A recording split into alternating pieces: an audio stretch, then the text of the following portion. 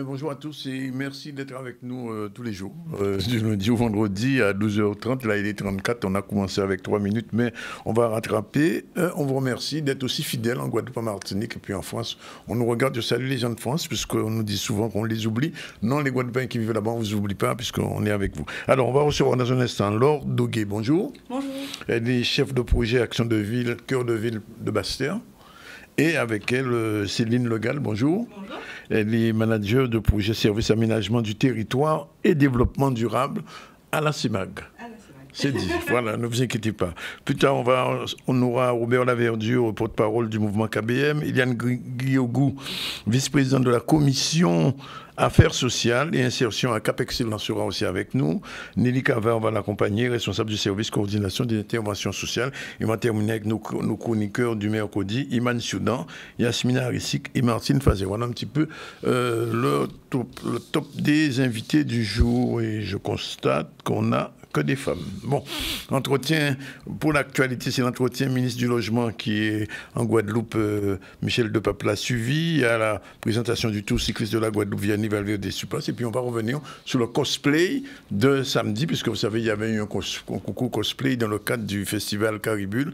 Ça a eu un beau succès, on verra le reportage tout à l'heure de Satiam. Voilà, mais on va commencer tout de suite avec l'entretien du ministre du Logement qui est en Guadeloupe, et c'est Michel Depape qui a mis sa caméra. On regarde ce reportage.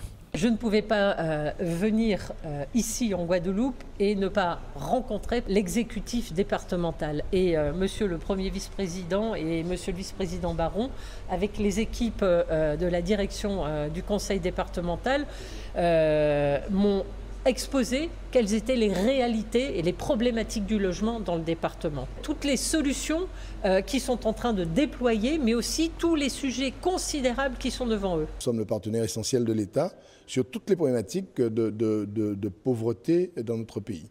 Donc un bel attelage aujourd'hui, deux belles signatures qui vont concrétiser d'abord pour Saint-Vincent-de-Paul la construction de nouvelles chambres pour les personnes en situation de grande marginalité.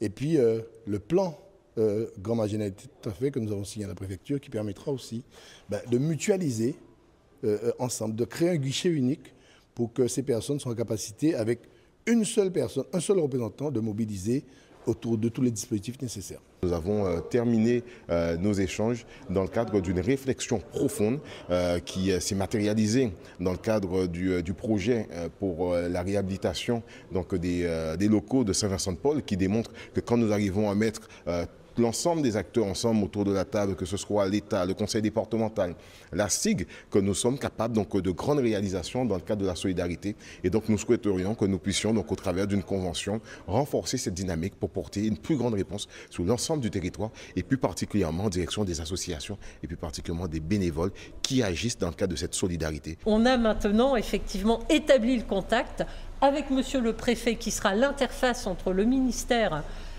et le conseil départemental. Nous allons continuer ces échanges et apporter en tout cas notre soutien et notre contribution pour essayer de résoudre toutes ces réalités qu'il faut affronter maintenant pour produire plus de logements sociaux, aider à l'accession à la propriété, trouver des nouvelles formes pour demain être au rendez-vous des besoins de la population.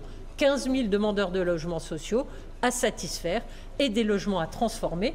Le chantier est énorme, en métropole comme en Guadeloupe, mais on va le réussir parce qu'on va travailler tous ensemble.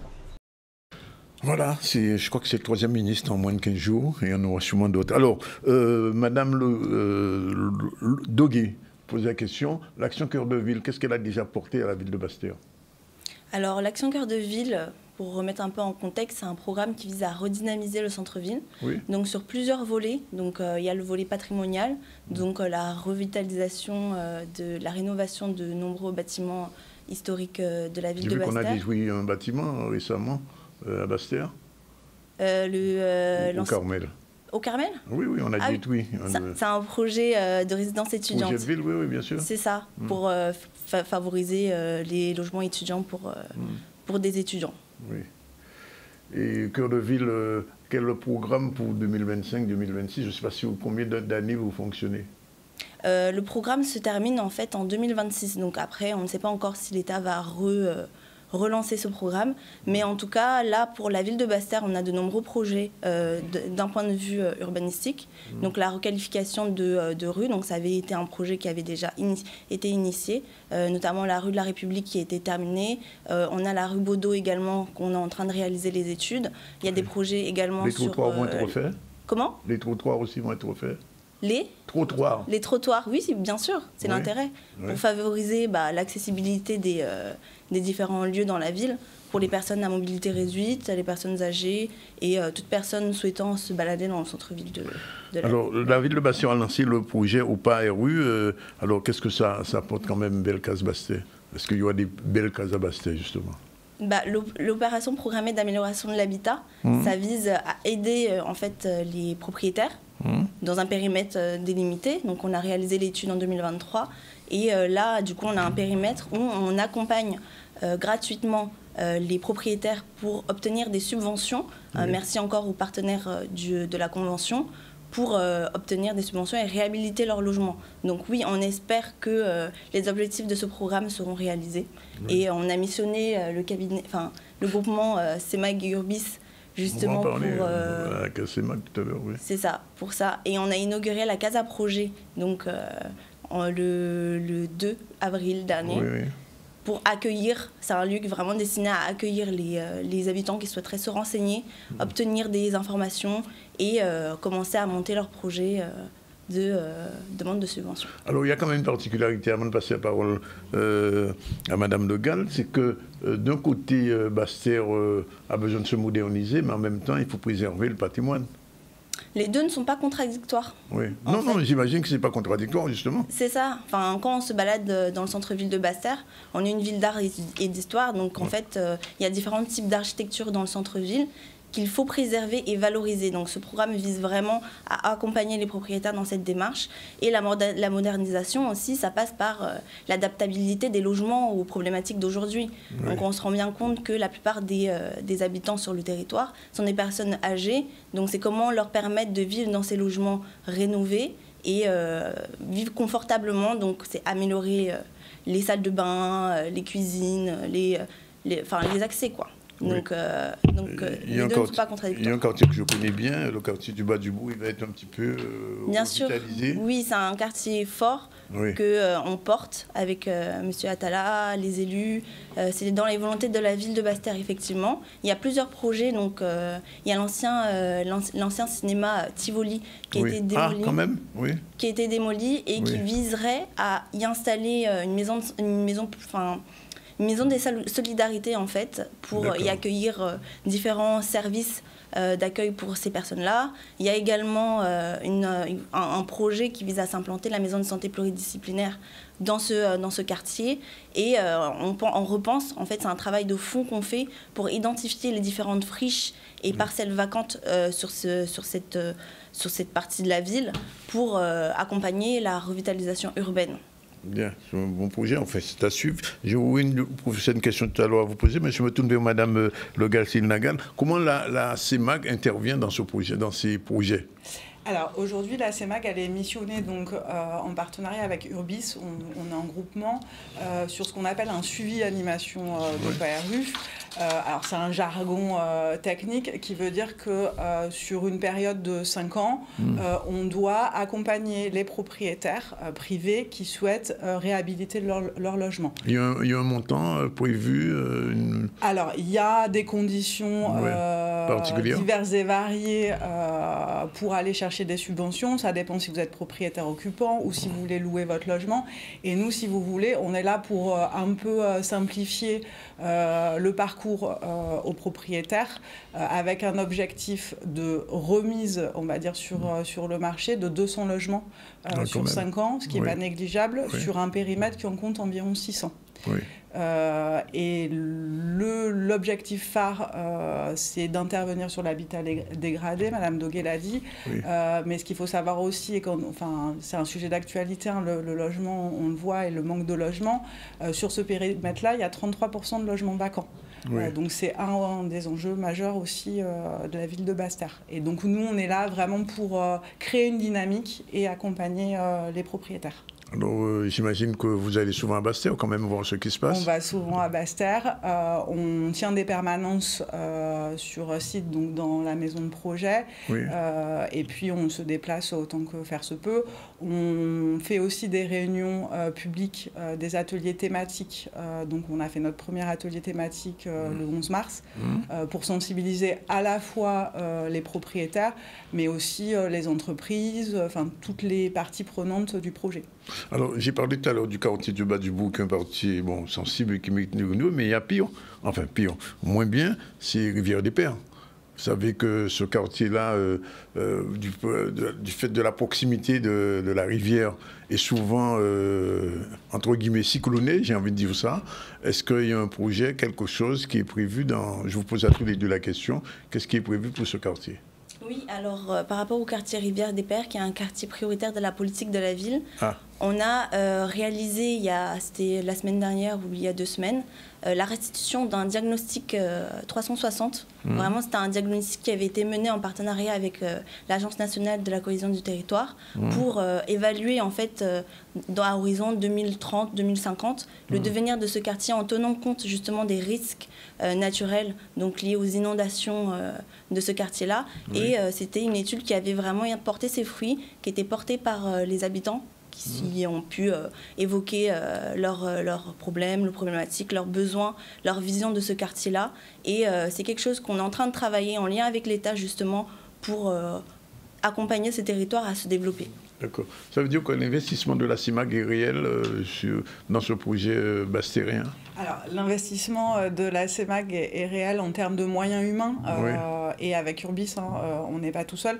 Après, l'investissement financier, il est porté par les partenaires, dont la ville de Basse-Terre, l'ANA, la région, le département, enfin, il y a un certain nombre de financeurs. Oui. Et c'est sur combien d'années cet investissement de la CIMAG? Pour l'instant, sur 5 ans, donc sur la durée du suivi animation. Après, on verra s'il y a un souhait à la fois de la ville de Basse-Terre et des partenaires de reconduire, prolonger l'opération ou étendre un périmètre en fonction des résultats qui seront obtenus. Parce que je disais à madame tout à l'heure, Basse-Terre a quand même une particularité, un particularisme, on ne va pas trop changer Basse-Terre.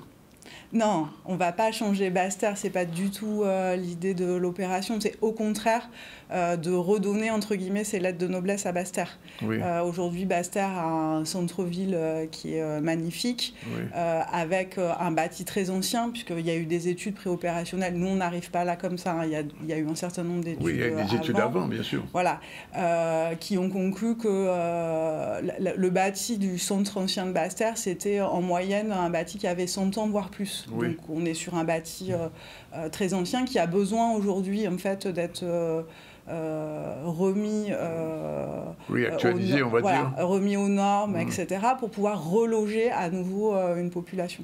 Oui. Alors quelle est la priorité, le logement ou l'aménagement urbain? Les deux vont de pair. Les deux vont de Bien sûr. Donc, comme je vous disais, on a lancé l'opération OPRU qui est en place et qui va se dérouler. Mais à côté, on travaille également sur les espaces urbains. Donc, la requalification des espaces urbains, des trottoirs pour favoriser l'accessibilité. Donc, on travaille sur les deux plans. Oui. J'imagine que le fameux parking de Basse-Terre n'est pas prévu.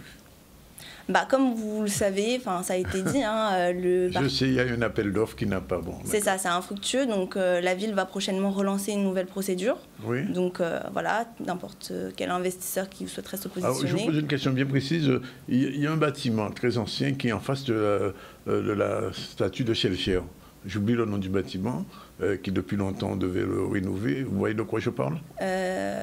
Sur quel quartier? En face de la statue de Schellcher à Basse-Terre. D'accord. Oui, il y a un grand bâtiment qui devait être rénové depuis longtemps, qui est très ancien. Vous ne voyez pas de quoi je parle? Non. Non? Bon, il faudra revoir au Basse-Terre un petit peu. Non, mais après, je suis arrivée en septembre, donc... Vous n'avez pas encore vu. Bien, alors, du point de vue touristique, justement, parce que aménagement, mais enfin, je disais, il faut garder un petit peu la structure de la ville. Quels sont les aménagements qui sont prévus? Sur le point de vue touristique, en fait, c'est pas tellement des aménagements, mais on est en train de revoir en fait tout le travail de fond, parce qu'on vient d'avoir une directrice de la culture et du patrimoine qui vient d'arriver, Madame Mélion-Renette, et également une manager de centre-ville, donc Madame Betcourt, qui vont travailler à la fois sur l'attractivité et le développement touristique et comment repenser en fait l'aménagement du territoire de ce point de vue. Donc, je sais pas, c'est revoir la signalétique, proposer des parcours marchands sur le sol aux touristes qui viendraient, c'est guider les touristes vers les points patrimoniaux de notre ville et favoriser donc leur déambulation urbaine. D'accord. Alors, globalement, Madame, je me trouve, vous, Madame Legal, du point de vue de la CIMAG, on peut déjà identifier ce qui a été fait et ce qui reste à faire. Alors, ce qui a été fait, nous, on a commencé notre mission en décembre. Donc décembre dernier. Donc, c'est tout récent. Néanmoins, on a déjà un vivier de contact d'une quarantaine de personnes, avec des premiers dossiers qui sont en cours de montage, des dossiers de financement. Donc, on a une dizaine de projets en fait, qui sont suffisamment mûrs pour pouvoir monter des dossiers. Et on espère pour pouvoir voir les premières réalisations d'ici la fin de cette année, début de l'année prochaine. Oui. Alors, il y a des Bastéliens qui vous regardent en ce moment, et la question qui se pose, comment participer au Bel Cas Basté? Qu'est-ce qu'il faut faire? Est-ce qu'il y a un dossier? Comment ça s'organise? La première démarche, c'est de venir aux permanences qui se tiennent... De la CIMAG et de vous? Je ne suis pas présente lors des permanences, mais je suis joignable. Mais l'équipe qui a été mise en place est vraiment là pour faire ce travail d'accueil dans un premier temps et de renseignement. Donc je les invite à venir aux permanences les premiers et derniers mercredis de chaque mois, de 9h à 13h, pour se questionner. Donc normalement aujourd'hui alors? Les premiers et derniers mercredis. On est le premier mercredi du mois. Du mois d'avril. Non, c'est le deuxième. C'était la semaine dernière. Ah, c'est la semaine dernière. Je suis en retard d'une semaine. Pas de souci. Mais... Ils viennent à la mairie, à la permanence? Devant l'hôtel de ville. Vraiment, c'est devant l'hôtel de ville, allée d'État marinier. Et donc, aller aux permanences, se renseigner, poser des questions. Vraiment, l'équipe en charge. Il y a des dossiers à faire, j'imagine. Il y a un dossier à faire. Et ensuite, effectivement, on va demander selon le projet des pièces complémentaires, des renseignements sur les personnes qui viennent et les accompagner. La CIMAG est impliquée dans le Bel Cas Basté? Oui, complètement. Oui. C'est nous, en fait, c'est notre rôle de recevoir les gens, de leur expliquer le pourquoi du comment, de les aider dans la construction de leur projet, de les aider à monter leur dossier, de déposer leur dossier avec eux et ensuite de les aider à aller jusqu'à la fin. Le dossier, c'est pas un millefeuille, non? Alors, on va pas se mentir, hein, on n'est pas là pour rien, parce qu'effectivement, il y a une complexité, ce qu'on appelle une ingénierie financière à aller chercher, c'est-à-dire qu'en fonction du type de travaux que vous voulez faire, vous avez droit à telle subvention et pas à une autre, et donc il y a un peu une gymnastique technique, et c'est bien pour ça qu'on est là. Maintenant, la précision, quel type de propriétaires sont concernés par cette opération Bel Cas Basté? Tout le monde, ou bien il y a des parties il faut être propriétaire, il faut avoir une maison de plus de 50 ans, enfin je pose la question. Alors il faut être propriétaire, il ne faut pas que ça soit de la construction neuve, donc il faut que ça soit une maison existante ancienne, enfin de plus de 15 ans. Il faut être dans le périmètre de l'opération, si vous êtes hors périmètre malheureusement. Alors le périmètre il s'étend jusqu'à? Alors le périmètre c'est, on va dire, c'est le centre-ville très resserré autour. Le centre-ville, uniquement le centre-ville. Autour de l'hôtel de ville, Carmel. Oui, jusqu'au Carmel quand même? Oui. Au bas du bourg. Si, il y a le bas du bourg aussi. C'est ça. Les bas du bourg, les Mornes, le centre-ville, ce qu'on appelle Simone, le haut du monde, là, oui. C'est ça. Et quartier Saint-François, Carmel. Carmel jusqu'au Fort d'Elgrès. Ah, jusqu'au Fort d'Elgrès quand même. Bon, ça fait quand même un bon périmètre quand même. Oui, ça fait un bon périmètre. Et les gens commencent déjà à venir? Oui. Ça se passe bien, Madame Lagarde? Ça se passe très bien. On a des bons dossiers. Enfin, on a des projets de gens qui veulent réhabiliter leurs biens et le remettre en location, puisque c'est des biens vacants. Donc, ça répond complètement aux objectifs de l'opération.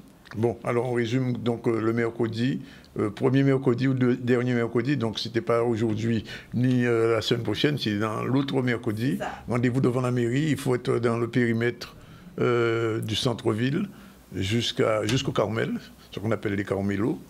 et jusqu'au bas du bout. En tout cas, c'est des choses qui sont, j'imagine, attendues. Alors, dernier point quand même, c'est vous que ça concerne, c'est la question économique quand même, parce que vous savez que depuis longtemps, on dit que Bastia s'était endormi économiquement. Est-ce que dans ce projet Cœur de Ville, il y a une volonté de booster un petit peu l'aspect économique de la ville?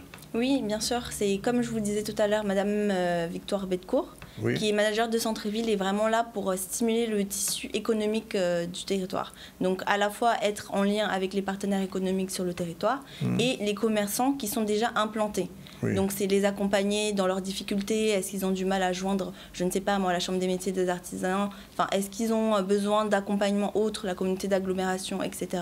Et aussi on travaille sur les biens vacants qui sont dans le centre-ville pour voir comment on peut implanter de nouveaux investisseurs. D'accord.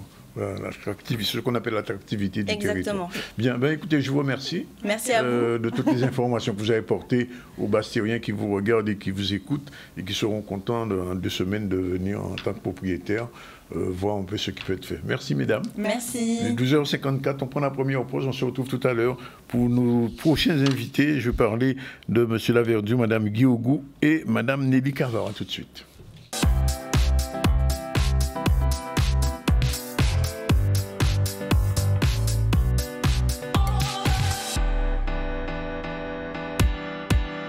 Voilà, il est déjà 13h02. Nos invités sont là. Monsieur Laverdiou, bonjour. Bien, bonjour. Porte-parole du mouvement KBM. Madame Eliane Guiogou, bonjour. Bonjour. Vice-présidente de la Commission Affaires sociales et insertion à Cap Excellence, c'est une politique. Et Madame Nelly Cavara, bonjour. Bonjour. C'est Cavara ou Cavaré? Cavaré. Cavaré, excusez-moi, responsable du service coordination des interventions sociales. Elles sont là parce qu'il va y avoir une projection, c'est demain? Vendredi. Alors, donnez-nous quelques explications, parce que ça, je disais que ça s'appelait l'exclusion, et il y a un autre nom. Alors, tout à fait. Donc, effectivement, c'est un ciné-débat qui s'appelle donc l'exclusion. Ici, on en parlait, mais avec la projection du film L'Homme Vertige. Oui. Vous avez vu le film, non? Oui, tout à fait. Mais alors, deux petits mots quand même, non, sans entrer dans tout le détail, de quoi ça parle? Donc, il s'agit de la réalisatrice guadeloupéenne, Mallory Éloi Pesley, qui a effectivement filmé des personnes dans les rues de Pointe-à-Pitre durant 5 ans et qui a été confrontée à la réalité sociale de ces personnes, des personnes en situation d'errance. D'accord. Donc, c'est l'errance sociale, c'est voilà, la difficulté de ces personnes. Alors, Madame Guiogou, vous êtes vice-présidente de la Commission d'affaires sociales, donc c'est CAS, etc. J'ai l'impression depuis 5 ans, justement, qu'il y a de plus en plus de SDF en Guadeloupe, enfin dans la région pointoise. Alors, beaucoup plus de SDF dans la région pointoise, mais je dirais même en Guadeloupe. Oui. Parce qu'ils ne restent pas seulement sur la région pointoise. Ils se déplacent, ils bougent. Donc, on a, avec ce qu'on a appelé la journée de la solidarité, puisque nous avons organisé en octobre 2024 une journée de solidarité qui est une opération pour aller vers ces publics-là. Et nous avons compté plus de 307 sur le territoire de la Guadeloupe. Combien? Plus de 307, oui, c'est le chiffre. Wow. Sur le territoire de la Guadeloupe et notamment sur le territoire de Cap Excellence, plus d'une centaine. Ouais. Donc la forte concentration, effectivement... C'est la précarité qui se développe alors? Mais la précarité se développe non pas pour ce public seulement. Oui. La précarité se développe en Guadeloupe. En général. De manière générale, puisque nous vivons des situations très difficiles. Hein. Les gens sont de plus en plus en grande difficulté aujourd'hui. Donc là, je dis que les CCAS interviennent et c'est vrai que c'est une difficulté aussi pour les maires, puisque les maires sont présidents de CCAS. Les CCAS ont une subvention municipale et aujourd'hui, quand on sait que les dotations globales des collectivités sont en diminution, donc les maires sont en train de se battre aujourd'hui, je dis, pour tenir la corde, pour pouvoir donner à leur CCAS les moyens de pouvoir répondre à ces difficultés. Même si nous avons le conseil départemental qui est l'institution de toutes les solidarités, mais nous sommes malgré tout la première porte d'entrée, nous, CCAS. Oui. Et c'est un petit peu ça la difficulté. C'est la raison pour laquelle aujourd'hui, nous sommes en train de mettre en place des partenariats avec le conseil départemental sur les aides, sur l'amélioration de l'habitat et sur autre chose. L'État n'entre pas en ligne de compte? L'État rentre en ligne de compte dans le cadre du contrat de pacte de solidarité, mais c'est surtout sur des projets, sur des investissements. D'appels à projets. D'accord. Et beaucoup d'appels à projets. Et au niveau de nos CCAS en Guadeloupe, pas plus qu'en Guadeloupe qu'ailleurs, le problème d'ingénierie se pose. Mais là, c'est dans le cadre de Cap Excellence. Nous avons, sur le territoire de Cap Excellence, dans le cadre de la lutte contre les grandes exclusions, qui est aujourd'hui une priorité pour le président de Cap Excellence, Éric Jalton. Donc, nous avons travaillé dans la commission cette action, ces actions d'ailleurs, pas celle-là seulement.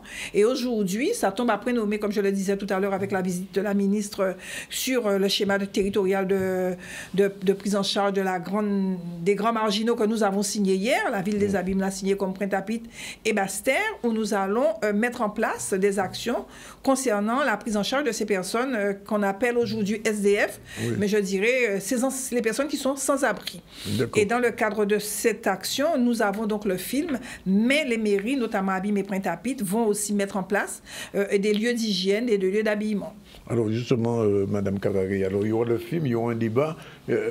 Bon, j'imagine que le film ne suffira pas, mais enfin, c'est une première action. Alors, l'idée, effectivement, comme disait Mme Gugouz, ça s'inscrit dans le droit fil, en fait, des actions aujourd'hui menées par les pouvoirs publics. L'idée du ciné-débat, c'est de pouvoir se servir, effectivement, de ce film qui a été réalisé sur notre territoire et de pouvoir informer, sensibiliser tout un chacun.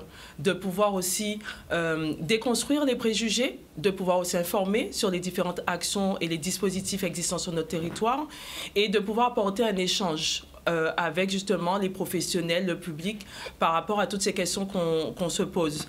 C'est aussi, à travers ce film, la possibilité de pouvoir être confronté à cette réalité que certains ne connaissent pas, parce que le film montre effectivement quand même ce public, cette souffrance que connaissent les personnes en grande situation d'exclusion. Donc nous aurons dans un premier temps le film sur 1h30, projection du film, ensuite suivi de 2 tables rondes. Donc une première table ronde avec les expériences et les données, donc avec des témoignages de personnes ayant été confrontées à ces situations en voie de réinsertion, avec la réalisatrice qui pourra parler de son expérience et une étude effectivement qui a été faite aussi par l'URIOPS et ROIH sur les personnes en difficulté spécifique. Et la deuxième table ronde sera sur l'accompagnement justement et le lien social des structures, donc avec la Croix-Rouge, avec le PSM, avec Maison Saint-Vincent, aussi acteur incontournable en termes d'hébergement d'urgence, et un sociologue en la personne de Raymond Otto. Et bien entendu, suivi de l'échange avec le public. Alors, Madame Guiogo, j'ai envie de vous poser la question. On m'a dit qu'il y avait à peu près 600 personnes dans cette situation en Guadeloupe. 300 pour l'ensemble de la Guadeloupe, pardon. Une centaine Cap Excellence. Est-ce que vous pensez pouvoir réduire ce nombre? Mais écoutez, c'est l'objectif. Hein? Je ne vais pas répondre oui d'emblée, puisque ce serait mensonge à la limite, je dirais. Mais l'objectif, effectivement, c'est de réinsérer ces publics, de les amener à prendre conscience, de soigner aussi, parce qu'il y a quand même malgré tout un problème de santé mentale. Et aujourd'hui... Même physique. Oui, physique, agression. C'est un public quand même qui a une particularité. Et c'est la raison pour laquelle nous avons mis ces tables rondes après le film, justement pour que les partenaires, les professionnels puissent parler de leur vécu, mais surtout parler aussi de ce que nous pouvons faire et ce que nous pouvons faire surtout ensemble. Parce que ce n'est pas seul qu'on pourra le régler ce problème, c'est ensemble qu'on pourra le régler. Et c'est un petit peu aussi ça la base du schéma qu'on a signé hier, avec autant de partenaires pour qu'ensemble nous puissions porter une réponse, je dirais, mais quelque chose pour ce public-là qui reste malgré tout nos enfants, nos familles, contrairement à ce qu'on pense. C'est pas parce qu'ils sont dans la rue qu'ils ne sont pas nos parents, hein, parce qu'on peut trouver nos parents dans la rue demain. Alors, il y a ces gens qu'on appelle des SDF, etc. Et puis vous m'avez dit tout à l'heure, et c'est vrai que la précarité se développe quand même dans le pays. Vous êtes au CECAS, vous le savez bien. Comment réduire la précarité? Qu'est-ce qu'il faudrait? Mais écoutez, réduire la précarité, c'est déjà accompagner les publics. Par exemple, on peut être en situation de précarité pour, pas forcément parce qu'on ne travaille pas, parce qu'on n'a pas d'argent autre. On peut avoir un coût dans une situation. Aujourd'hui, on perd un parent, il faut payer l'enterrement, il faut payer un certain nombre de choses. Ça dépend si mon l'amour en Guadeloupe, si mon l'amour en France. Puis il n'a pas même bitin là. Si l'argent l'a obtenu là, si l'économie là, on est là, il faut dépenser. Ça veut dire qu'on ne peut pas manger jour de là, on ne peut pas payer le loyer, on ne peut pas faire ça. Donc ça, c'est une précarité. Donc l'objectif, c'est d'accompagner la personne, de l'aider à sortir de la situation. Donc c'est du cas au cas par cas. C'est au cas par cas la précarité. Bon, il y a des gens qui sont vraiment en grande précarité. Par exemple, nos personnes âgées qui touchent 400 € par mois de retraite, c'est sûr qu'ils sont en grande précarité. Heureusement pour certains, ils n'ont pas de loyer à payer parce que nous, toutes les cases en nous essayons de faire une petite case. Mais malgré tout, c'est quand même une grande précarité. Et ce qu'on peut porter pour eux, c'est un accompagnement pour apporter un complément de retraite avec les organismes qui existent pour leur permettre d'avoir un petit peu plus d'argent et pour pouvoir vivre modestement. Donc, en fonction de la situation, nous pouvons sortir un certain nombre de personnes de la précarité. Mais il ne suffit pas de les sortir seulement. Ah bon? Mais non. Parce qu'on croit voter aujourd'hui là, mais ils peuvent tomber. Oui. Et c'est pour ça qu'on parle d'accompagnement. Qu'est-ce qu'il faut faire pour ne pas tomber? Il faut nous accompagner, il faut nous apprendre à gérer le budget, il faut nous apprendre à dire qu'on sait que l'électricité là son priorité, le loyer là son priorité. Pour manger, il faut acheter là, il faut manger ça, il faut manger ça. Donc il y a tout un accompagnement derrière. Et c'est ce que je dis régulièrement concernant le social. Nous travaillons sur de l'humain. Donc ça peut prendre 1 mois, comme ça peut prendre 1 année pour accompagner ce public-là. Si véritablement on veut leur faire sortir de la situation de précarité. Et en fonction de la situation, vous mettez en place un certain nombre de panels de réponses. Alors, Nelly Cavary, ça veut dire qu'il y a de plus en plus d'interventions sociales à mettre en place, du coup, point de vue de Cap Excellence? Nombreux sont quand même les associations qui œuvrent au quotidien auprès de ce public, il faut en être conscient, mais c'est vrai qu'il faut affiner les réponses. Il faut en être conscient. Il y a aussi tout un travail de prévention à faire parce qu'on se rend compte que nul n'est à l'abri. Nul n'est à l'abri. Donc, comme effectivement on vient de l'évoquer, c'est important de pouvoir anticiper, préparer, accompagner ces personnes qui se retrouvent en difficulté. Ça peut être effectivement une perte d'emploi, ça peut être une rupture familiale. Nombreux sont les facteurs et les problématiques qui peuvent occasionner ce genre de situation. Mais l'important aujourd'hui, c'est de pouvoir humaniser ces personnes, leur redonner la dignité. Parce qu'effectivement, on est conscient des problèmes de sécurité et autres, mais ce sont des personnes à partir et qu'il faut pouvoir accompagner, aider pour pouvoir les réinsérer. Et vous verrez, lors de cette manifestation, nous aurons des témoignages de personnes qui ont traversé ces situations et qu'aujourd'hui ont réussi à s'en sortir grâce à l'accompagnement qu'on a pu mettre en place. Bien. Alors, rendez-vous donc à salle... Alors oui, pour finir, je dirais effectivement, rendez-vous vendredi... Donc, quelle heure? À partir de 17h30, oui, à la salle Georges Tarrer. Oui. C'est important que nous puissions venir ensemble, échanger, se mobiliser, oui, autour effectivement afin d'apporter des réponses concrètes autour des problématiques de ces personnes. Et des tables rondes, Madame Guiogou? Ce sera après le film? Alors après le film même ou bien après? Après le film, il y aura les tables rondes. Après le film. Parce que le film va nous permettre justement de... C'est une entrée en matière, je dirais. D'accord. C'est une entrée en matière. Et après, on va discuter justement de ce qu'il est possible de mettre ensemble.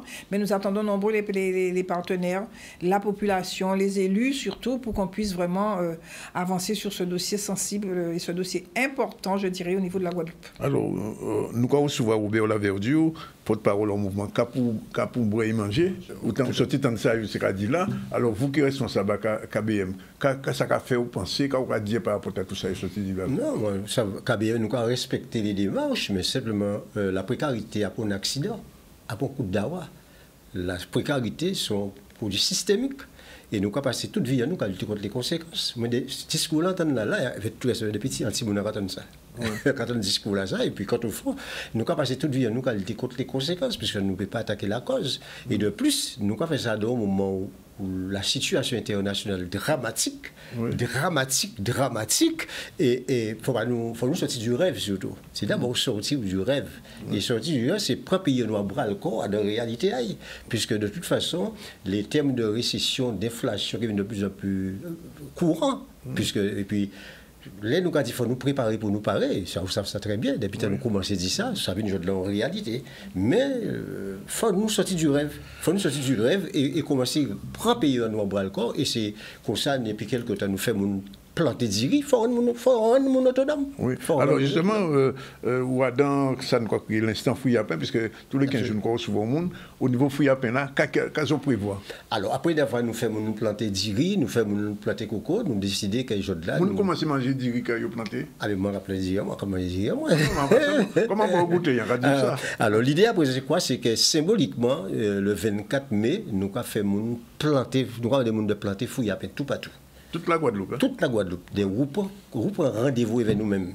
Sinon, nous avons passé vie dans le rêve. En fait, c'est une opération qui prend Essorail au mois de juin. Il y a une association qui est Nouvelle Voix, c'est lui qui est organisateur. Là, nous avons fait une journée fouille à paix. Il va tout vers au-dessus. Ça fait fouille à paix a commencé à prendre ballon en Guadeloupe? Il prend ballon, mais il faut nous continuer à planter. Parce que, mine de rien, comme par hasard, depuis quelque temps, tout produit à nous, pieds fouille à paix, nous, pieds coco, nous, quand on a fait des maladies. Ouais. On est pas sorti sur d'autres types de débats. C'est avec les citrons là? Mais les citrons là, qu'on les agrumes. Nous, en fait, nous sommes en train de perdre les conditions minimales en base matérielle en pays. Un pays ne peut pas vivre si pas une base matérielle. Quand on côté, on tient vivre. Dans les communes, c'est on envoie des arbres florales, des bêtes florales, pas un pied bois pour ça SDF fait puis loger mais point puis manger en attendant à part un fly qui point qui manger. Donc en fait faut nous passer rapport à nous à la vie, rapport à nous au monde. Et puis sinon on va répéter moi nous passer tout le temps nous à lutter contre les conséquences. Des alors tel et puis nous des visites ministérielles depuis un petit bout ministre a fait aller venir comme ça depuis un petit bout. J'en toi, il vient de ces jours-là. Ah ben oui, l'idée d'ailleurs. Et puis ça rapproche, puis ça arrive. Moi, le problème, nous, à KBM, et Nouvelle Voie, c'est faire nous planter fouille à paix, pour nous prendre confiance, et puis expliquer toute vertu, parce que fouille à paix, pas seulement fouille à paix, ni vertu culinaire, évidemment, mais ni vertu thérapeutique, sanitaire, au fait, et qui, j'en nous penser question à le développement. Il s'agit de ça, parce que son peuple, son pays, c'est pour l'abondance. Alors, est-ce que mode de développement l'avait posé, nous va permettre de produire l'abondance, nous pas quoi. Il faut nous réfléchir à produire du développement et de l'abondance, mais à partir de la réalité concrète de ça nous ni. Et c'est ça l'idée à journée à fouiller à père. Alors en Jarou souvent ici des mouns à Nouvelle Voie. Et il y aurait ici, dis-moi, que nous avons commencé à mettre en filière à fouiller à pain qu'il y a ici mettre en place. Exactement. Est-ce que c'est dans la rue là autres? Mais en cas où nous avons travaillé, et vers Nouvelle Voie, nous avons un partenariat les projets là. Ça. Alors l'idée, là, nous fait coco, à pas de faire coco, c'est mettre en place une filière de développement. Diri, mettre en place une filière de développement et à l'entour à ça, une structure de formation, qu'à mailler territoire là, enfin, repenser le développement. Donc, opération fouille à pain là, qui est inscrit dans ça. Au mois de juin, là, il y a nous qui fait les pays que nous travaillons partenariat à la Caraïbe, Anguilla, Sainte-Lucie, Grenade, qui a la même préoccupation. Il y a le même développement à Fouillapin. Oui, puisque nous étions à Grenade l'année passée, nous apprenions à planter Fouillapin en force, par exemple, qu'il n'y a pas de connaître. Deuxième bord en force, ça n'y a pas de connaître. Ah, il n'y a pas de connaître. Non, il n'y a pas de planter de façon. Il y a nous d'autres bité aussi. Plat national à eu sont plats à base de Fouillapin à Grenade. Et il y a qui présent au mois de juin au Lamentin. Et en mois de mai, préparation à journée là, ça, en mois de mai, nous avons demandé Guadeloupéens de planter Fouillapin. Alors, plan Fouillapin très difficile à trouver. Ça qui sont l'aberration d'ailleurs. Ah bon, plan Fouillapin difficile à trouver. Difficile à trouver. Nous entendons des peines minimales. Enfin, à pas envie de vexer, on va respecter tout le monde. Mais pendant nous avons fait colloque, nous avons colloqué, base matérielle à payer, nous avons disparaître. Pendant nous avons fait ça, il a disparu à vue d'œil. Donc, plan Fouillapin pas facile à trouver, mais nous avons prendre des dispositions des gens, des porter en œuvre, trouver plan Fouillapin symboliquement. Association, nous avons travaillé avec en Guadeloupe, nous paquet, nous avons le samedi 24 mai de planter un peu Fouillapin, mais surtout là, nous filmons planter Fouillapin là, semblait pour nous expliquer possibilités économiques, possibilités thérapeutiques, possibilités culturelles qui est à l'entour à Fouillapin. Voilà. Et alimentaire aussi. Surtout alimentaire, qui a le droit Fouillapin là, puisque Fouillapin qui on a créé avant. C'était mangé pour cochon. Nous avons créé maman enfants. C'est un maman enfants. Donc il faut nous ouvrir la situation dans le monde qui fait nous sommes obligés de prendre rendez-vous avec nous-mêmes. C'est pour ça que nous ne sommes pas trop inquiets, nous avons le choix de toute façon. C'est sorti du rêve et vous prenez rendez-vous avec nous-mêmes. Alors comment dit-moi que le gouvernement Navarre, est-ce que comment j'ai Fouillapin? Si on mange Fouillapin. Non, on a tout ça parce que vous savez que Fouillapin disparaît. Contrairement à ça, on a pensé. Là, on n'a pas mangé diri. On a refusé de manger diri parce que diri pas sorti en Guadeloupe. Ni des diri qu'on n'a pas mangé, par exemple, diri John, on n'a pas mangé ça parce qu'on n'a pas mangé Guadeloupe. Donc, moi, c'est Fouillapin là. N'importe quoi, premier bitan qui m'a dit, qu'il y a Fouillapin. Qui on a mangé Fouillapin là? On a mangé en tout genre. On a mangé en purée, on a mangé en gratin, on a mangé en gros sel. On a mangé Fouillapin, racine, on a mangé racine, et quel que soit l'an, tout le monde savent ça. Aussi bien c'est ça. Vous voyez, Carrie? Après, même dans la radio, moi, Fouillapin, racine et moria. Parce que les jeunes pas bien manger Fouillapin. Racine et moria, c'est manger préféré. Non, on va battre mon enfant Fouillapin. Oui, il faut manger Fouillapin. Parce que nous avons travaillé qu'à faire une voie sur l'école là pour permettre justement Timon Guadeloupe pour redécouvrir Fouillapin parce qu'il y a dans ce Timon qui fruite bien ça. Il va me ça fait moins fait fruit avec Fouillapin là. Et gâteau, enfin chaudou, enfin, on apprend tellement bien pour ta Fouillapin dans l'émission là ça. Et Nouvelle Voie a fait un travail considérable dans l'école. Et nous-mêmes aussi, pas à niveau d'autres bits, nous étions au lycée agricole Simène Massé, nous expliquons aux jeunes là, nécessité d'aller vers des filières qui permettent de nous récupérer base alimentaire en nous et produit du développement. C'est surtout abondance et développement. C'est ça qui doit être mot dans nos jeux de la Guadeloupe. Abondance et développement. Et ça possible. Non seulement ça possible, mais ça souhaitable. Ça souhaitable. Mais habiter pour Mangui Ougou et Madame Cavalé, inciter moun, c'est que déjà fait comme chaque moun doit pas faire un petit jardin, conforme à café. Mais ça montre aussi nous quoi faire justement, nous quoi faire ça parce que et c'est ça qu'on va créer les jardins partagés. Et le bon exemple là, c'est la quoi nous quoi faire des jardins partagés, c'est mon c'est pour exemple un bâtiment, mais il y a des jardins à yo et on va partager justement culture à yo avec les habitants. Donc ça aussi c'est on peut-être une innovation, mais nous avons développé beaucoup les jardins partagés et nous c'est ces abîmes, nous avons jardins partagés que nous avons mis en place aussi. Ni fouille à peine, non, peut-être pas ni fouille à peine, mais ni au moins un petit jardin parce que le lieu là pas grand et tout ça. Mais c'est vrai que aujourd'hui-là, encore rejoindre ça au dit, il faut nous effectivement développer sa famille en nous, apprendre nous manger, là nous t'es petits, puisque c'est ça qui permet de vivre longtemps, c'est ça qui permet de grand-maman vivre jusqu'à 113 ans, et bien vivre jusqu'à 113 ans aussi. Oui, il faut vivre à 113 ans. C'est pour ça qu'on manger, à préférer manger racines, manger pays plutôt. Mais en plus, c'est chimé à la dignité, puisque ça veut dire pas dépendre des autres pour manger. Quand vous mangez, on bute notre voyer, mais il faut savoir aussi que vous, si on imaginez là, qu'à trembler, on mauvais temps qu'à passer, on bute qu'arriver, on catastrophe qu'à passer, il faut une capacité de répondre à besoin pays. Alors, je sais tout attendre ça aussi. Il y a un cas où je vois M. Bandou à l'IPG qui a dit comme ça que ne faut pas jardin en aussi bateau. Non.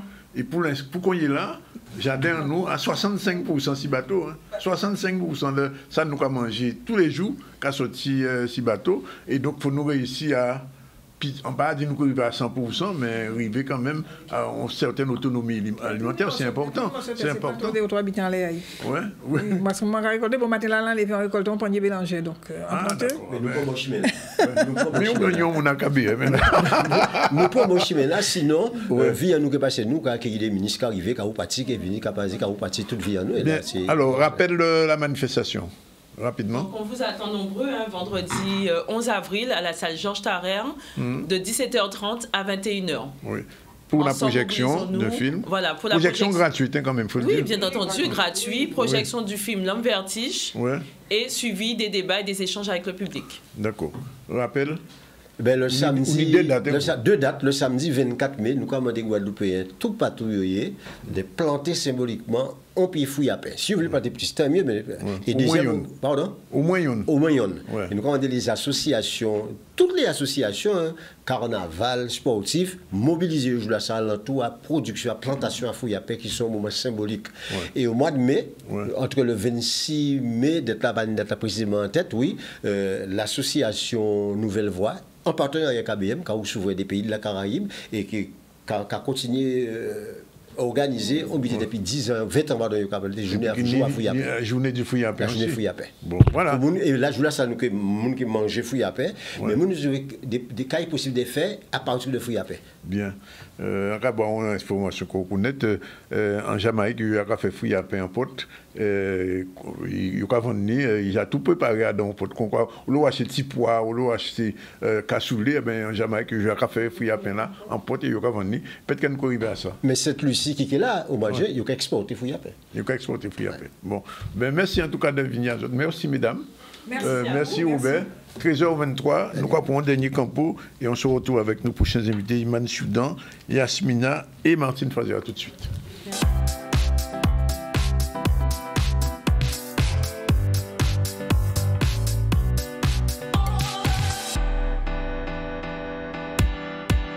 Voilà, nous sommes de nouveau avec vous. Il est 13h32. Nous allons recevoir dans un instant Iman Soudan. Donc, Yasmina ici que vont parler de. Attends, il ne faut pas que je dise de bêtises. Oui, lâcher mental, reconnecter au corps. Voilà.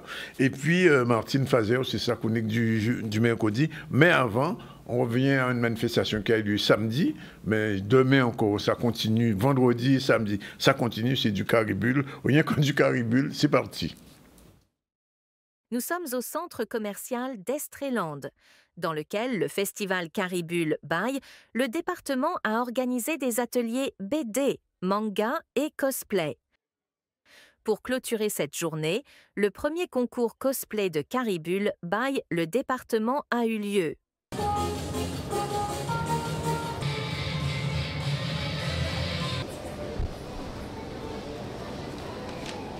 3 lauréates ont été récompensées, notamment la première qui a gagné un billet pour aller assister à la Japan Expo 2025.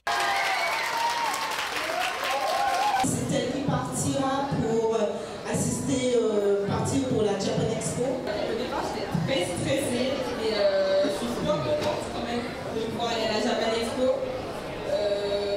Bon, maintenant, il faudra que maman paye des billets pour elle aussi. En tout cas, merci beaucoup d'avoir organisé ce concours cosplay. Je suis super contente d'avoir pu participer. Et je pense que tous les participants aussi sont contents. C'était un moment fort et réussi pour les fans de cosplay de la Guadeloupe. Voilà, donc c'était samedi dernier, Dilo a gagné son voyage à Japan Expo et je vous rassure que demain soir, c'est l'inauguration officielle du Caribule, mais on aura l'occasion d'y revenir. Voilà l'inauguration d'autre chose, mais c'est le Tour cycliste de la Guadeloupe, c'était la présentation. Le Tour cycliste cette année va être particulier et très innovant. On regarde ce reportage de Vianney Valverde et de Pascal Abattant, le spécialiste de cyclisme de Canal 10. C'est parti. La région Guadeloupe ne peut en aucune manière ne pas soutenir l'événement le plus populaire qui se déroule en Guadeloupe, le Tour cycliste qui rassemble tous les Guadeloupéens pendant 10 jours sur toutes les routes. Ça déclenche les ferveurs, les passions. C'est une volonté de l'institution départementale d'ailleurs qui a toujours existé avant même notre arrivée aux affaires. Nous avons toujours accompagné en fait le Tour cycliste de la Guadeloupe. C'est un événement populaire et puis les Guadeloupéens comme moi-même, nous sommes sur le bord des routes à applaudir nos champions. Et c'est un événement qui permet de promouvoir notre destination Guadeloupe, le territoire guadeloupéen, de faire voir aux gens des coins qui n'étaient pas connus. Et donc je disais donc que la région Guadeloupe ne peut en aucun cas ne pas soutenir cette manifestation, d'autant plus que la 74e édition du nom, quand on regarde la présentation, laisse augurer d'un spectacle de qualité. La préparation va être un peu différente. Il y a beaucoup d'étapes de montagne et d'étapes pour puncher. Les étapes sont un peu plus longues que ce qu'on a l'habitude de faire en ce moment. Donc je pense que la préparation va être un peu différente, en gardant le même esprit, mais un peu différente quand même. Et les clubs locaux ont tout le mois de mai, le mois de juin, le mois de juillet pour se préparer, pour être au top et pour pouvoir se confronter aux clubs, aux associations, aux clubs étrangers qui vont venir avec des coureurs de renom. Alors je ne les connaissais pas, j'ai eu le temps d'aller voir un petit peu sur internet et j'ai vu qu'il y avait, surtout l'équipe colombienne, il y avait des gros champions dans cette équipe, donc, et des gros ex-champions, mais qui pédalent toujours aussi fort, donc très dangereux. Voilà, il est déjà 13h36. Yasmina est là, Imane est là, elles sont toutes les deux là. Et donc, c'est le lâcher mental. Et on va lâcher le générique. C'est parti.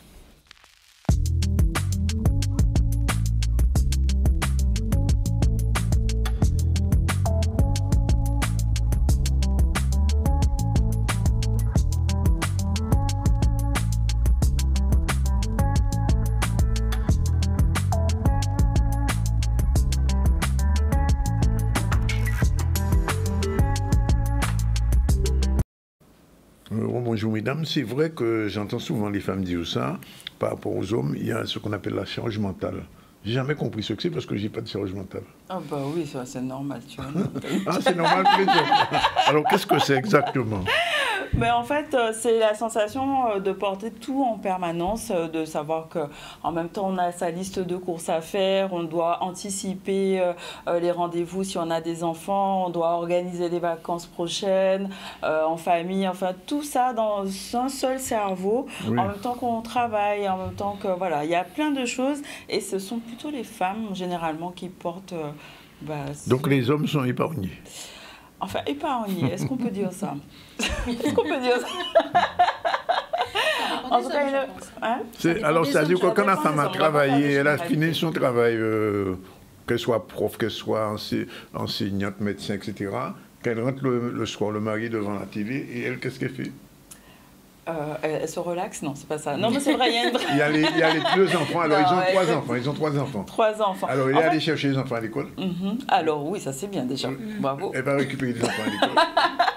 On est obligé d'applaudir dans ces cas-là. On dit, ok, c'est bien, t'as fait ton boulot. En fait, mais non, il y a des hommes qui font ça maintenant. Oui, mais c'est ça. Mais alors, on va rester sérieux 2 minutes. Il y a une vraie étude INSEE qui montre que les femmes effectuent 70 à 80% des tâches domestiques éducatives. C'est lourd. Même en travaillant à plein temps. Donc c'est une vraie réalité, je veux dire, c'est un vrai chiffre. Et en fait, c'est une inégalité qu'on ne voit pas forcément tous les jours parce qu'elle se vit aussi à l'intérieur de soi, dans son cerveau, en silence. Et ça, on va engendrer, on a déjà parlé ça avec plusieurs chroniqueurs, du stress chronique, de l'anxiété, de la fatigue émotionnelle. Et c'est une réalité en fait parce que notre cerveau, en fait, lorsqu'il est soumis à une charge mentale constante et continue, ça va activer l'amygdale, donc qui est une partie du cerveau qui détecte en fait ça comme étant une menace et ça va engendrer un état d'alerte qui est permanent, sécréter du cortisol, etc., etc. Résultat, on dort mal, on mange mal, on s'oublie, on culpabilise et c'est une réalité en fait qui est spécifique. Et pourquoi c'est seulement les femmes? Parce qu'on a aussi des injonctions sociales qui font que depuis des siècles, on nous a conditionnés à être comme ça, à tout porter. On a un concept du potomitan ici, qu'on essaie de se décharger de ça. Il faut être forte, il faut prendre soin de tout, il faut tout gérer. Et en fait, parfois les femmes ont du mal à poser des limites claires, alors que les hommes, c'est peut-être moins un problème pour eux. Alors, comment faire pour se libérer de la charge mentale? C'est extérioriser. C'est déjà poser ses limites, poser son cadre non négociable, se mettre en priorité, mettre une to-do list par écrit qui permet de classer les choses en urgent, important, à déléguer, etc. Et même dans sa vie au quotidien, c'est un élément qui est important, dont on pense forcément à ça dans le travail, mais dans sa vie personnelle, ça peut aussi être important de déléguer des choses, que le mari ou le conjoint aille chercher à l'école pendant que nous on fait autre chose. Il peut préparer le repas aussi. Il peut préparer le repas. Il doit. Oui, n'est-ce pas? Parce qu'il mange aussi. Voilà, c'est ça. Ouais. Et mettre le couvert aussi. Mettre le couvert. Il laver la vaisselle, s'il n'a pas de machine à laver de vaisselle. Exactement. Mais des petits aussi, c'est une éducation à faire avec les garçons. Ouais. C'est pas les laisser jouer pendant X temps et dire viens manger à table. Non, tu mets le couvert, tu enlèves les assiettes. Tu enlèves les assiettes. C'est une éducation vraiment à faire et créer. Les pères modernes, il faut changer ça. Même les anciens pères qu'on est là, il faut changer ça parce que madame là n'est pas servie à 100%. C'est pas une bonne, quoi, en fait. En fait, c'est pas ça. Et c'est aussi créer des espaces de déconnexion. Donc pour soi, alors le matin, pas conseillé, bien que on se jette sur le portable spontanément, mais peut-être prendre un temps le matin pour rester juste en pleine conscience. Peut-être, ou même dans sa salle de bain, on va parler du rituel dans la salle de bain avec Yasmina, mais même prendre son café et mettre de l'intention dans ce temps qui est pour soi avant que tout démarre et que tout s'enchaîne comme si c'est une machine à tourner comme ça qui va enchaîner jusqu'au soir. Prendre le temps du matin pour dire ok, là pendant ces 5 minutes, c'est rien que pour moi. C'est peut-être j'écoute une musique qui va me relaxer pendant que je prends mon café et je veux entendre personne. Et le café, c'est... Donc l'homme peut se réveiller avant la femme. Préparer le café. Le porter au lit pour la femme. C'est ça, mais c'est le rêve, ça. Tu as tout compris. Les hommes entendent. Hein. Bon, alors, est-ce qu'on peut aborder la charge mentale autrement que dans cet aspect?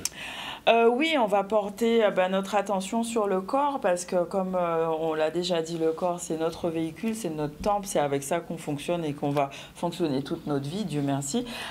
Et de se donner l'espace de décompression. Donc souvent, la salle de bain, ça devient cet espace-là où on peut, si on n'est pas envahi par X, Y, Z, prendre du temps pour soi et passer ce temps de façon à reprendre un peu le contrôle. Donc c'est ce dont on va parler avec Yasmina pour inclure une routine matinale dans notre fonctionnement. Tout à fait. En fait, c'est vrai que ce rapport au corps, le corps dans lequel on vit toute notre vie, n'est-ce pas? Donc il faut lui accorder du temps, prendre du temps et, comme tu l'as dit, réussir à profiter du moment présent, vraiment de l'instant présent, parce qu'on est toujours dans le rush de ce qu'on a à faire après, etc. Mais il faut profiter de cet instant présent et faire comme un rituel, tout simplement. Parce qu'une fois que c'est un rituel, ça devient une habitude. C'est une routine et donc on prend plaisir à le faire et on comprend en fait l'importance de ce moment-là. Voilà. Donc en fait, ça peut être commencer d'abord par le soin. prendre soin de sa peau. Donc, bien se laver le visage avec un gel nettoyant agréable, qu'on apprécie la texture, qu'on apprécie l'odeur. C'est des petites choses, mais qui ont leur importance, puisque utiliser nos sens, en fait, pour passer un bon moment avec soi-même, c'est important. Et puis ensuite, passer à sa routine, prendre le temps de passer sa crème, une crème qui a une bonne odeur, de passer sa crème de soin. Il y a des crèmes particulières ou bien toutes les crèmes, c'est du Nivea ou bien autre chose? Non, je pose la question. Nivea, c'est bien quand même. C'est pas de la pub que je fais, je pose la question. Ou est-ce qu'il faut des choses un peu plus sophistiquées que le Nivea? Pour le corps, il n'y a pas de souci. Après, votre visage a des besoins spécifiques puisque la peau du visage est plus fine. Donc, il faut lui accorder une importance et une attention particulière. Et donc, adapter les produits de soins à son type de peau. Donc, on a comme type de peau la peau grasse, la peau mixte, la peau sèche. Et après, vous avez des tendances. À tendance sensible, à tendance hyper grasse, à tendance acnéique. Ça dépend. Donc, faites-vous accompagner d'un professionnel qui peut vous aider à détecter précisément le type de peau que vous avez et trouver la routine qui vous va. Voilà. Donc ça, c'est mon conseil. Et on peut aussi masser le visage. Il y a des nouveaux outils comme les rollers jade, les gua sha. Donc vous pouvez faire une sorte de lithothérapie et utiliser, mettre au frais et ensuite utiliser directement sur la peau. Et donc ça permet d'activer la circulation sanguine. Ça vous permet d'être détendu, de passer un bon moment avec vous. Et ensuite, vous partez fraîchement pour le travail. Donc, et se maquiller aussi en pleine conscience, ça c'est mettre de l'intention. Mettre de l'intention dans tout ce qu'on fait. Il faut effectivement prendre cette habitude. On en parle souvent dans Her Power Talks, dans nos podcasts, tout à fait. Régulièrement. Et donc, il faut mettre de l'intention dans ce qu'on fait. Vous vous maquillez. L'objectif, c'est avant tout de vous sublimer, d'utiliser cet outil pour vous sentir mieux dans votre peau. Et ensuite, ça peut être une intention d'aller dans un entretien professionnel, ça peut être une intention d'aller séduire, ça dépend, c'est à vous de voir. Mais l'idée, c'est de mettre de l'intention dans ce que vous faites. Tout à fait. Et donc, dans l'épisode du podcast qui sort demain... Oui, le petit podcast, oui. Oui, petit pour l'instant, petit devient grand, n'est-ce pas? Ça, je sais. Donc, on va en parler justement du lâcher-prise. On va aller un petit peu plus en profondeur sur le concept de qu'est-ce que ça veut dire pour nous d'essayer de tout contrôler. C'est ça aussi, parce que lâcher-prise, ça veut dire qu'on essaie de tout gérer sans s'en rendre compte, de façon inconsciente. Mais c'est d'accepter peut-être de laisser être et de donner la responsabilité à chacun aussi de le faire, donc laisser la place à l'homme de pouvoir prendre les responsabilités qu'il faut pour que ça soit moins une charge mentale pour nous et qu'on soit dans un co-développement, en tout cas si c'est dans la sphère familiale, mais ça peut être aussi une famille plus étendue pour que chacun prenne sa responsabilité, parce qu'on n'est pas obligé de tout porter et on est aussi digne que l'autre de respect, de se poser ses limites et voilà, de faire sa place, chacun à sa place en fait. On en parle dans le podcast qui sort demain. On écoute là, non? Alors malheureusement, non, on n'aura pas d'extrait aujourd'hui, mais directement sur Spotify demain ou YouTube, vous pourrez avoir l'épisode. 13h46, juste deux petits mots rapidement. Je viens de recevoir un livre qu'un journaliste en Guadeloupe n'a, je suis le seul à l'avoir pour l'instant. Il s'appelle Voukoum, esprit rebelle du carnaval guadeloupéen. C'est un ouvrage écrit par une universitaire qui a vécu pratiquement quelques années au contexte de Voukoum et qui a fait une thèse de doctorat sur Voukoum. Et ils font un livre vraiment top. Alors, je vais la recevoir la semaine prochaine. J'ai reçu un autre livre d'un anthropologue, oui c'est ça, c'est un anthropologue du CNRS français, Benoît Trépied, Décoloniser la Kanaky, Nouvelle-Calédonie. Le livre vient de sortir aussi, on va le recevoir aussi. Pas un journaliste pour ça, non, de manière. Donc, mais oui, mais c'est vrai. C'est un guipou d'année. Bon, allez, on va parler de Martine avec sa chronique particulière aujourd'hui. C'est parti, 13h47.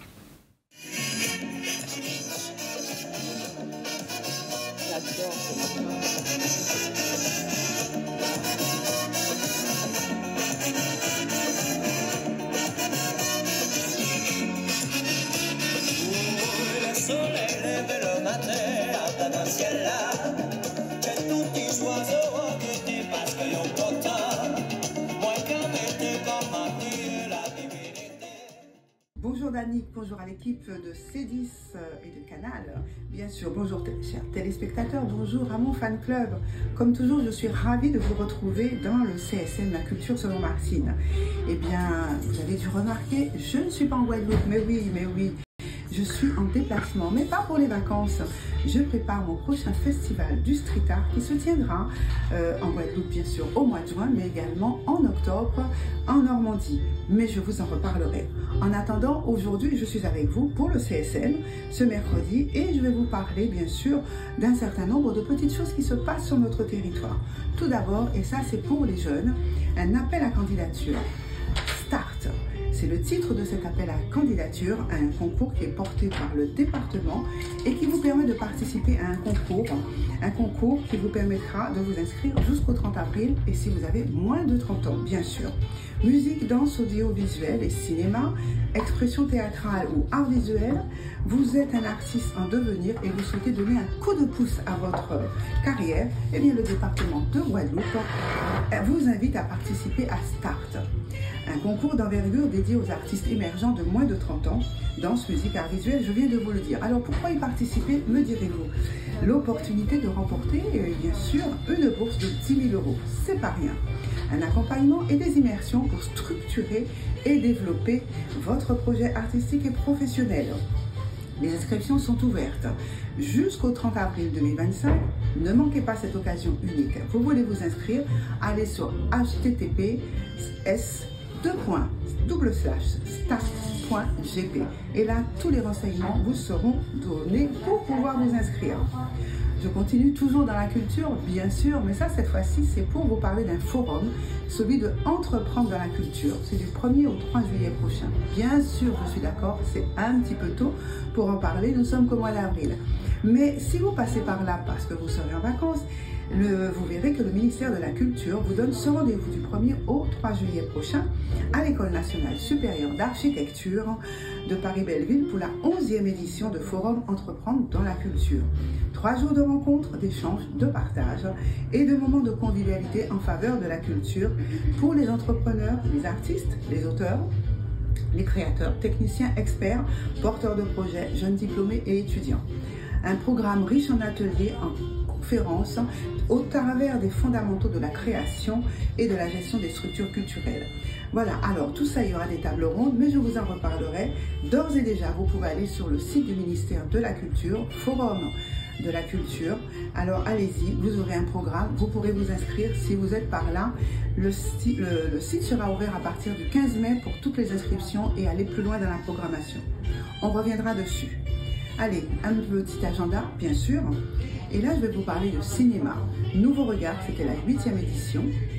Ça s'est tenu là, du 2 au 6 avril dernier. Et là, c'est fini, bien sûr. Il y avait des ateliers, des projections, des rencontres.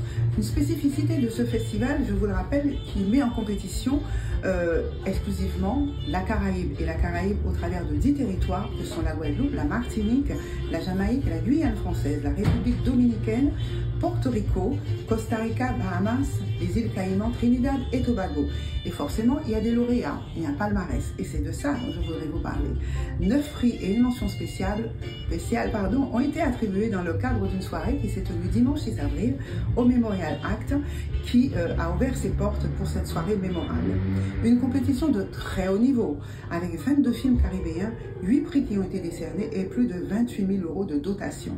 Allez, je vais vous dire un petit peu quand même, parmi tous ces films, les premiers lauréats, vous irez retrouver tous les autres sur le site. Alors par exemple dans la catégorie documentaire, prix du meilleur documentaire Antilles-Guyane offert par le ZCL News by CCL, vous connaissez.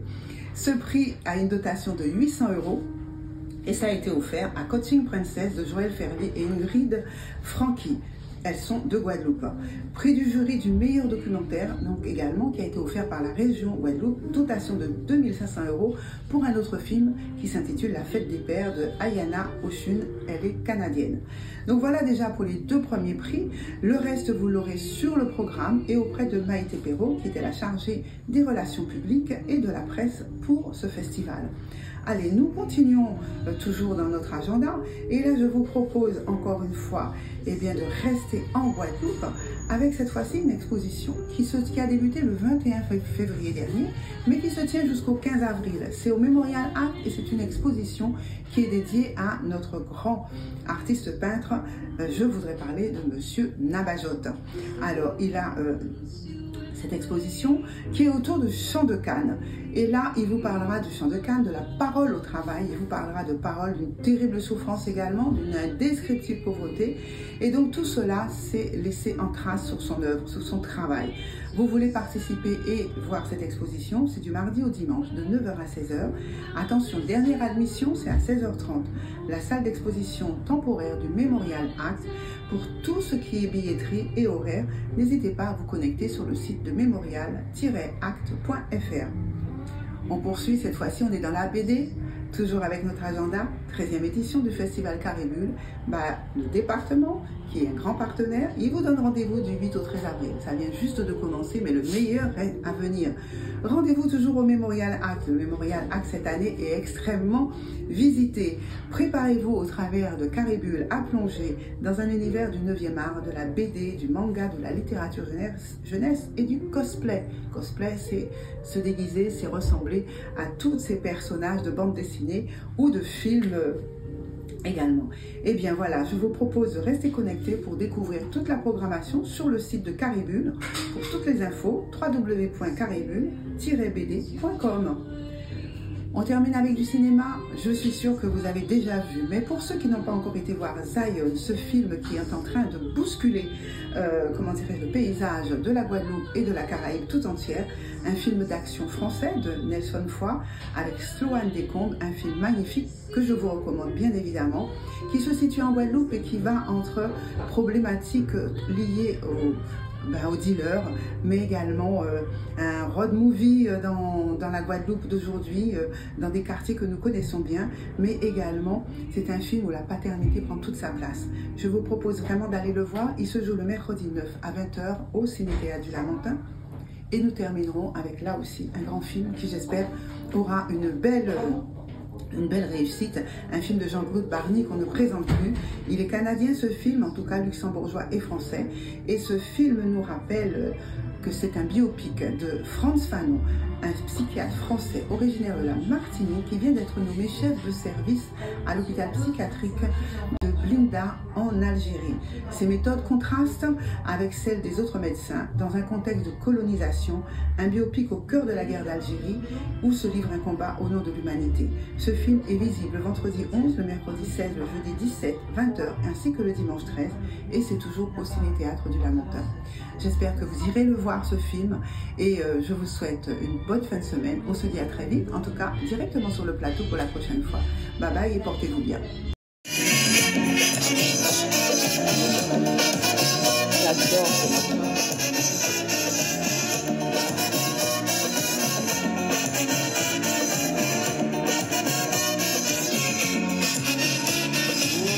Le soleil lève le matin dans le ciel là.